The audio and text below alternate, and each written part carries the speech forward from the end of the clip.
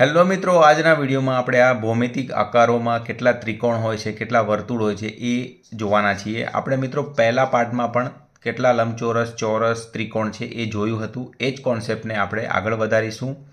એ video બહુ લાંબો થઈ જાય એટલે આપણે આ બીજો પાર્ટ લઈને આવ્યા છીએ. આમાં આપણે બધી જ જે આકારો છે એ પૂરા કરીશું. તો આ કોન્સેપ્ટ સમજવા માટે આપણે લાસ્ટ લેક્ચરમાં જોઈ શકાય કે આપણે આવું કન્ક્લુઝન કાઢેલું કે આ રીતનો કોઈ આકાર હોય તો એમાં શું કરવાનું, જેટલા ભાગ છે ને 1 2 3 4 ભાગ છે તો એના ડબલ કરવાના 8. 1 2 3 4 5 6 તો એના ડબલ 12. 1 2 3 4 5 6 7 8 હોય તો એના ડબલ 16. તો આ રીતની વાત છે. તો અહીંયા આપણે જોઈ શકીએ છીએ કે આ આકૃતિમાં પહેલાં એક ભાગ વિચારીએ, 1 2 3 4.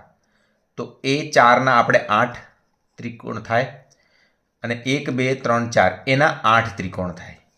તો 8 અને 8 16 થયા. પછી તમે જોઈ શકો છો અહીંયા એક આ ત્રિકોણ 17 અને બીજો એક આ 18. એટલે આમાં 8 અને 8 16 અને બીજા 2 એડ થાય છે એટલે કે આમાં 18 ત્રિકોણ બને છે મિત્રો. કેટલા ત્રિકોણ બને છે? આ આકારમાં 18 બને છે. એટલે આપણને એવી ખબર પડી કે આવા બે ભાગ 1 2 3 4 1 2 3 4 આવા બે ભાગ જો જોઈન્ટ કરીએ છીએ ને, જેમ કે આ એક ભાગ માનીએ અને આ બીજો ભાગ માનીએ તો બીજા બે ત્રિકોણ થાય છે, એટલી ખબર પડી આપણને. તો એ કોન્સેપ્ટને આપણે આમાં યુઝ કરીશું, આ ત્રિકોણમાં. તો અહીંયા જુઓ, આ 1 અને 2 ડિઝાઇન ભેગી કરી એટલે એક તો પહેલાં તો આ સમજો કે આવો એક ભાગ હોય તો એના 8 થાય. એટલે આના 8, આ ભાગના એ 8 અને આ ભાગના 8. એટલે 8 તરીને 24 તો એ થઈ ગયા, બરોબર છે.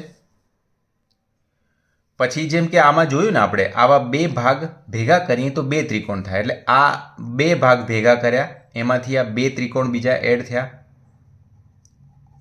અને આ બે ભાગ એડ કર્યા તો અહીંયા બીજા બે ત્રિકોણ આપણને મળ્યા. એટલે 24 ને 2 26 ને 2 28 થયા ટોટલ. હવે જોઈએ આપણે, તો આમાં આપણને એક બીજી ડિઝાઇન કઈ જોવા મળશે? તો અહીંયા આ ડિઝાઇન એક જોવા મળશે. આ એક મોટો ત્રિકોણ જે આગળ કોઈ ગણતરીમાં આવેલો નથી, એટલે આવો એક ત્રિકોણ આપણને મળશે.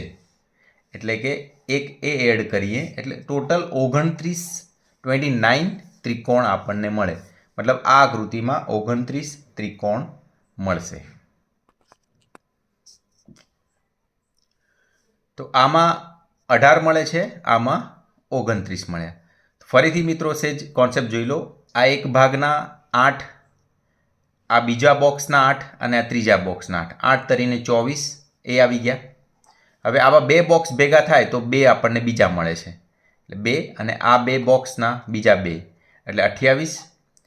અને આ એક મોટો ત્રિકોણ આપણને મળે છે જે અહીંયા બતાવ્યો છે મેં, એ એડ કરી એટલે 29 ત્રિકોણ થાય. હવે આ આકૃતિમાં જોઈએ આપણે, તો જુઓ, આ એક બોક્સ, આ બીજું બોક્સ, આ ત્રીજું બોક્સ અને આ ચોથું બોક્સ. એટલે 1 2 3 4 4 છે એટલે 8 ચોક 32. તો 32 તો આપણને એ મળી ગયા. આપણને ખબર છે એક બોક્સમાં, જેમ કે અહીં સમજાયું ને, 8 ત્રિકોણ મળે છે. તો એવા 4 બોક્સ છે એટલે 32. પછી આપણને ખબર છે બે બોક્સ ભેગા કરીએ તો બીજા 2 મળે. એટલે અહીંયા 2, અહીંયા 2 અને અહીંયા 2. એટલે બીજા 6 ભેગા થયા. અને આપણે એ પણ જોયું કે અહીંયા જેમ કે આપણને મળ્યો હતો ને એક આ ત્રિકોણ આવો મોટો, એવા 2 ત્રિકોણ મળશે. જુઓ મિત્રો, કયા 2 મળશે મિત્રો?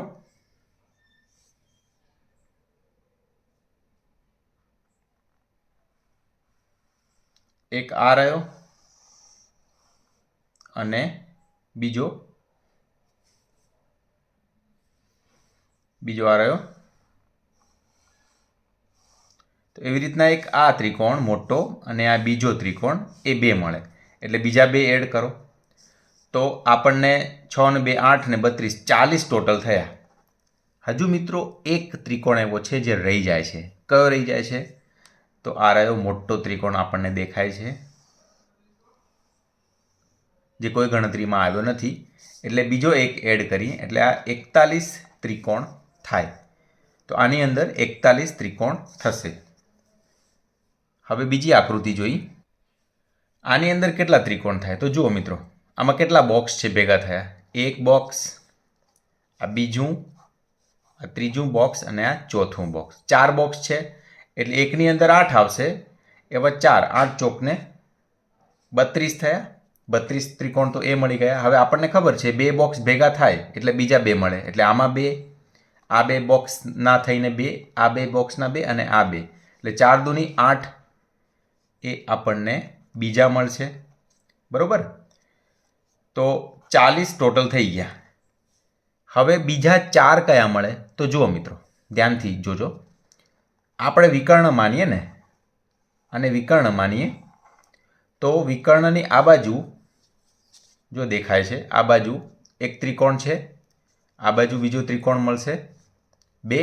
અને એવી જ રીતે અહીંયા આ જે વિકર્ણ છે એની આ બાજુ એક અહીંયા અને એક આ બાજુ, એટલે આ બાજુ અને એક આ બાજુ. આ રીતના ટોટલ 2 અને 2 4 ત્રિકોણ મળે છે. આ વિકર્ણની આજુબાજુ 2 અને આ વિકર્ણની આજુબાજુ 2, ટોટલ 4. એટલે ટોટલ 44 ત્રિકોણ થાય મિત્રો. આની અંદર કેટલા ત્રિકોણ થશે? 44. તો આ રીતના કોન્સેપ્ટ છે કે આ જે આકૃતિ છે એમાં 18, આની અંદર 29, આની અંદર 41 અને આની અંદર 44 ત્રિકોણ થાય છે. હવે આગળ જોઈએ. હવે આવો આકાર આપેલો હોય મિત્રો તો કેટલા ત્રિકોણ થાય એ જોઈએ. તો આપણે આ બોક્સનું તો જાણીએ જ છીએ. આ બોક્સ આવું હોય, પહેલાં આ બોક્સની જોઈ લઈએ વાત, કેટલા થાય ત્રિકોણ. તો એમાં આપણે બતાવેલું કે જેટલા ભાગ હોય એના ડબલ કરવાના. 1, 2, 3, 4, 5 અને 6 ભાગ થાય છે. એટલે 6 દૂની 12 આપણા એ થઈ ગયા. પછી આ એક પાછળથી જે આપણે આ એડ કર્યો ભાગ, એમાં જોઈ તો આ એક મોટો ત્રિકોણ, એક, અને બીજા એક અને આ 2. એટલે આ ભાગ જે એડ કર્યો એમાં 3 મળે છે. આ એક મોટો અને આ બીજા 2 એના ભાગ, 3 એ મળી ગયા. તો 15 તો થયા. હવે બીજા 2 કયા મળશે? તો જુઓ, એક આ ત્રિકોણ અને બીજો આ ત્રિકોણ, એવા 2 બીજા એડ કરી એટલે ટોટલ 17 ત્રિકોણ થાય. બરાબર મિત્રો? આ બોક્સના 12, આ જે ભાગ એડ કર્યો એમાં 3 મળ્યા અને બીજા 1 અને આ 2, એટલે 17 જવાબ આવે. હવે આ બીજું જોઈ લઈએ આપણે. આમાં આમ કોઈ ટેકનિક એવી ના હોય, પણ જુઓ તમે જે ભાગ ગણશો ને, 1, 2, 3, 4, 5, 6, 7, 8, 9, 10, 11, 12, 13, 14, એના ડબલ કરી દેવાના. 14 દુ 28, આમાં 28 હશે. બરાબર છે? હવે મિત્રો આવા સ્ટાર આપેલા હોય ને એમાં કેટલા ત્રિકોણ હોય એ કઈ રીતના ખબર પડે? તો જુઓ, એ પણ જોઈએ આપણે. હવે મિત્રો આવો સ્ટાર હોય ને તો એમાં યાદ જ રાખવાનું છે મિત્રો કે આ જે છે ને સીધો ત્રિકોણ ને ઊંધો ત્રિકોણ, એવી રીતના જે સ્ટારની ફિગર આપેલી હોય ને તો એમાં 1, 2, 3, 4, 5, 6, 7 અને 8, 8 ત્રિકોણ થાય. કેટલા થાય? 8. અને જે આ પેન ઉપાડ્યા વગર 1, 2, 3, 4, 5 આ રીતના જે કરીએ છીએ ને ફિગર આપણે સ્ટારની, એમાં 10 ત્રિકોણ જ થાય. એ યાદ જ રાખી લેવાનું મિત્રો કે આવી રીતના આપણે પેન ઉપાડ્યા વગર જે સ્ટાર દોરીએ ને એની અંદર 10 ત્રિકોણ થાય. અને આ જે ઊભો ત્રિકોણ અને ઊંધો ત્રિકોણ, એ 2 ત્રિકોણ મળીને જે સ્ટાર બને એમાં 8 ત્રિકોણ થાય. આ યાદ રાખવાનું. હવે આવી ફિગર હોય છે કે આની અંદર કેટલા ચોરસ છે, તો એ કઈ રીતના શોધવાના મિત્રો? તો જુઓ કે તમે જોશો એક મોટી ફિગરમાં આ 1, 2, 3, 4, તો એક જે મોટા ભાગમાં 5 ચોરસ બને છે. એટલે તમે જોશો કે આમાં કેટલા ભાગ છે, કેટલા ચોરસ આપેલા છે એ પ્રમાણેના 5 વડે ગુણાકાર કરી નાખવાનો. તો જુઓ, આ 1, આ 2, આ 3, 1, 2 અને 3 આપેલા છે ને મિત્રો. તો 3 ને 5 વડે ગુણી નાખો. 3 ગુણ્યા 5 એટલે 15 ચોરસ આમાં બને. બરાબર મિત્રો, કે જેટલા ખાના આપ્યા હોય ચોરસના 1, 2 અને 3 એને 5 વડે ગુણી નાખવાના. આવી ફિગર આપી હોય ત્યારે તો એ તમારા ચોરસ થશે. જેમ કે બીજી આપણે સિમ્પલ આકૃતિ એક લઈ લઈએ.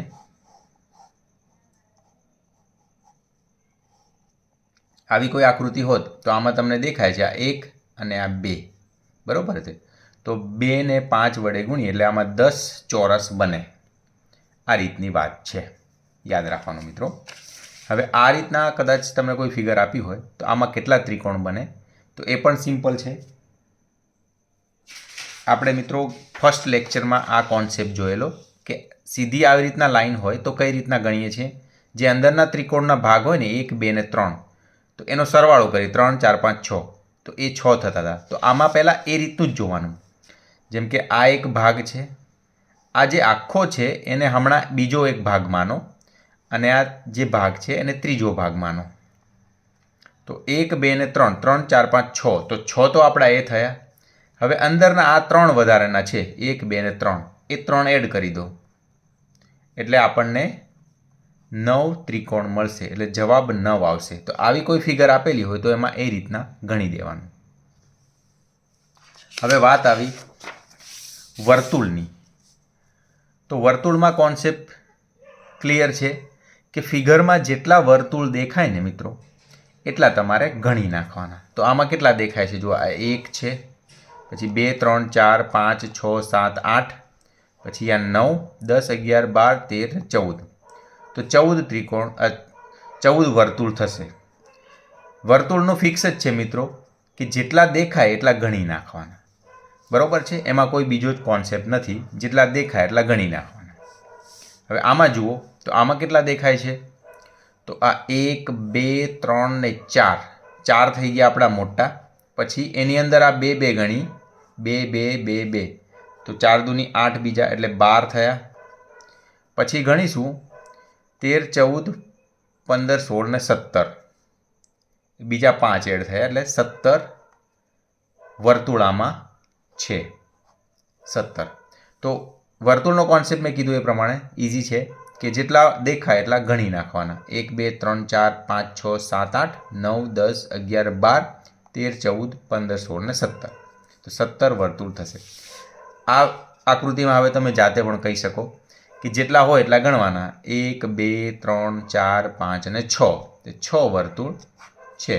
1, 2, 3, 4, 5, 6. તો આ જે ભૌમિતિક આકારવાળો કોન્સેપ્ટ છે એ આપણે અહીંયા પૂરો કરીએ છીએ. 2 આપણે ભાગમાં બધા જ કોન્સેપ્ટ જોયા. જો હજી કોઈ બાકી હશે તો ત્રીજા ભાગમાં આપણે લાવીશું. હવે નેક્સ્ટ જે રિઝનિંગનો પાર્ટ છે એમાં આપણે આ દિવસે કયો વાર આવે, રવિવાર આવે કે કઈ તારીખ આવે એ ટાઈપના જે ક્વેશ્ચન છે કે એ રિઝનિંગમાં જે છે એ આપણે જોઈશું. તો આ વિડીયો કેવો લાગ્યો એ કોમેન્ટ કરીને જરૂરથી કહેજો. ધન્યવાદ.